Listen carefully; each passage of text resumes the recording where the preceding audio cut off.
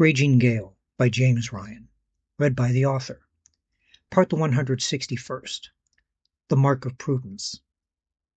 Samuel showed surprise at the greeting Goddard Zoutman offered. "Oh, Baruch haba!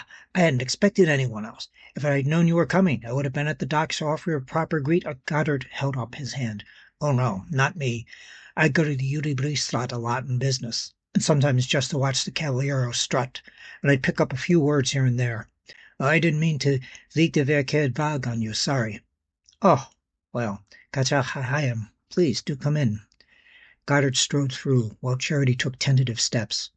"Oh, you look to have made a good life here in the New World," he noted. "Yes," said Samuel. "See, we have. Much of the sugar on Nevis is moved by my family, and in some ports we know well the refiners, which gives us helpful connections." "Ah, all this in the sugar trade alone?" "Oh, it's our main business. We do have other trade dealings, which we engage with many other partners." Hope meanwhile noticed that Charity moved slowly into the room, her eyes darting about with suspicion. Hope came up to her and asked, "Why are you acting this way?"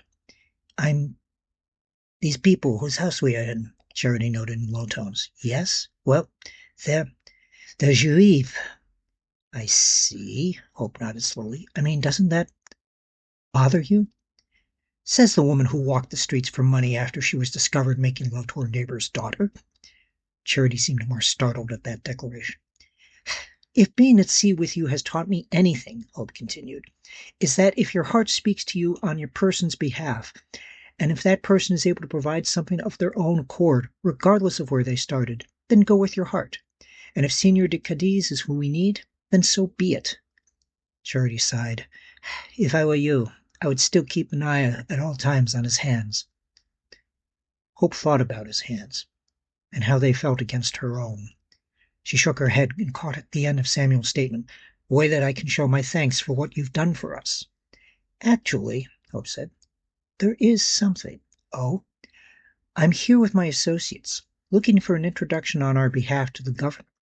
We wanted to discuss a venture with him." How interesting," said Samuel. "What kind of venture would this be?" "Well, baratas," said Samuel's mother. "Son pratas mi hijo." Hope, Charity, and Goddard turned to look at her. "They want a letter of marque," she continued, with a disinterested wave of her hand. "Another desperate crew, looking for a license. Hope looked at Samuel. "Well," he replied, "I don't think we've been asked to intercede with the governor before by such a lovely person. I hope that for the mitzvah you granted us, Hope, that this introduction will be more than enough." "That would be ever so kind," Hope said with a smile. "Oh, would that I could do more than that, to offer you a hand in other ways." She remembered his touch and briefly embraced that idea with abandon.